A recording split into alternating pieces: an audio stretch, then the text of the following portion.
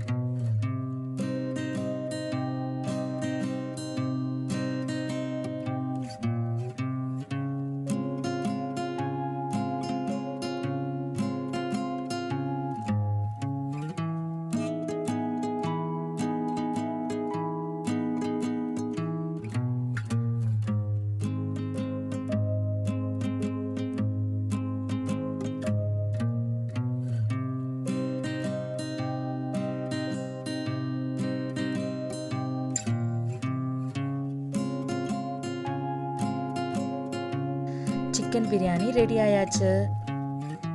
Rice ஒன்றுத்தோட ஒன்று ஒட்டாமல் நல்லா வெந்திருக்கு பாருங்க. அதே மாதிரி சிக்கனும் ஈவனாக சாஃப்டாக குக் ஆயிருக்குங்க. இந்த பிரியாணி ரெசிபி ட்ரை பண்ணி பாருங்க. உங்களுக்கு பிடிச்சிருந்தா do like and subscribe to our channel.